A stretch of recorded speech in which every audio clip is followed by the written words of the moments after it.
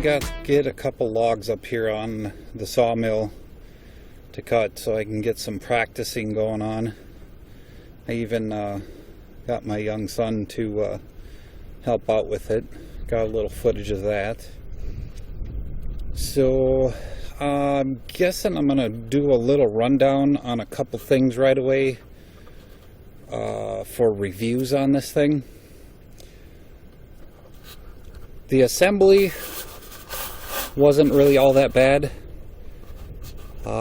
I guess one of my first complaints I wanted to complain about was the throttle spring return. It's the spring that sits back here. That spring was a very, very, very tense spring. You could almost barely press this lever in. It was just such a strong spring. I don't see being able to press that handle for too long without your hand cramping up, or you're just getting tired of it. So me and my dad went ahead and put a different spring on it there that was lighter. It's barely enough to return the throttle, but it does, so it does work, and it's not a pain in the butt now to keep the throttle down on this. So I guess that was one of my first huge complaints about this. The Kohler engine, geez, that thing's like a one-start pull. I like it. It's a good engine. 7 horse. I would say for a general purpose reason, that's okay. I do have some larger logs where you can hear it kind of struggle just a hair, just a little bit. Nothing too bad. I've been cutting pine and tamarack. I have some 4x tamaracks sitting over here. I was able to do 8 of them, and then I cut up some birch. I think that's what I have the video of my son cutting on there. But I do have some rather very, very large oaks sitting right back there. Those are like 22 and 23 inches in diameter. So I think the test for this saw is going to be definitely put to the test here on those logs. That log you see there is half of what's left of the beams, the 2x12 beams I made for my my wood shed.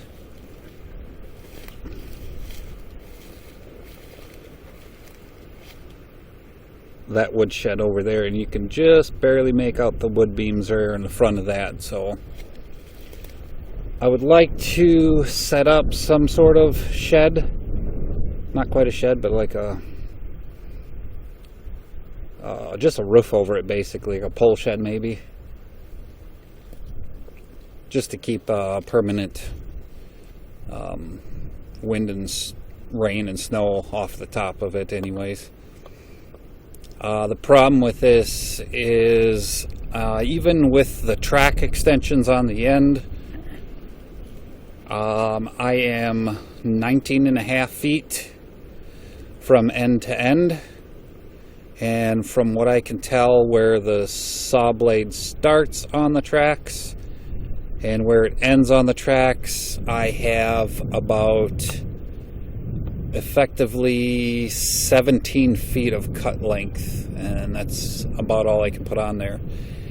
And I'm gonna need to cut that, which is 21.5 feet. So I don't know what I'm yet gonna do quite positive yet for the main beam up here in front. The back one, since I can have supports for that, won't be in the way of bringing logs up here. I can do that in two 10-foot sections there. But this front beam that I'm going to have, you know, up above here, I would definitely like it to be at least 20 feet. So right now I got a pine log up here. I do have some more behind the parts truck. You can see a pile of pines there. I think I have about 3 more. I'm going to see how many I can get cut tonight. Maybe only a couple. Been at work all day. Anyways, I'll bring you along and you can see her in action and see it cutting. We'll keep you there.